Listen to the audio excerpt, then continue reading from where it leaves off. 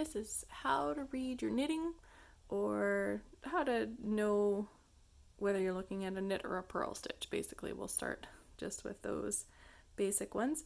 So what I've done here is I've knitted up a couple of samples for you. This one is just garter stitch, so it's, because it's flat, it's just been knit going down one way and then also knit coming back. So it's all knit stitches, which gives you a texture like this. So same front and back. If you stretch it out a little bit, you can see that there are kind of another row of stitches in between each one, but that's pretty typical of garter stitch, that it just sort of pulls up and you just see those ridges there. And then this other sample, I've done a few different textures for you just to show the differences a little bit more. So when you see this smooth sort of all V stitches, that's called stockinette stitch. And in a flat project, how that's being made is that I knit down the front side, and then when I flipped it to come back, I purled. So I'm alternating, knitting one way, purling to come back. And then that shows as all knit stitches on the front, because the knit and the purl stitches are opposite, which I think is so cool.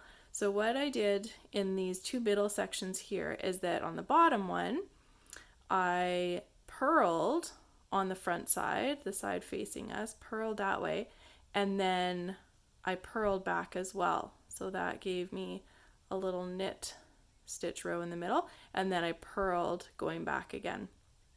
For the second section, what I did is I knit to go one way, and then on the back side, I knit there as well. So now that's switching into garter stitch, kind of like this other one.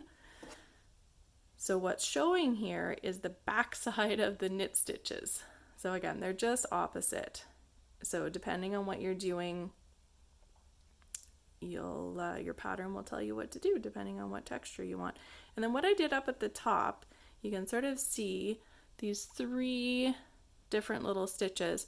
When I was first learning in the beginning, what was most helpful to me for understanding what I was looking at was to think of the knit stitches as being these smooth V stitches, so you can see that they're little notches, and then the purl stitches, which you see as these little bumps, if you think of the stitch wearing a scarf, which sounds silly, but it was so helpful for me because I could really tell the difference.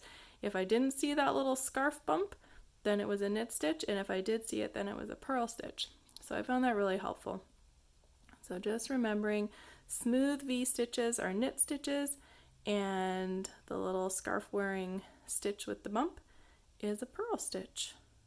So there you go. Hopefully that helps you understand what you're looking at. It's helpful for fixing mistakes or figuring out where you are in your pattern sometimes. Sometimes you will need to be able to look back and know what you actually did, and it's not that easy.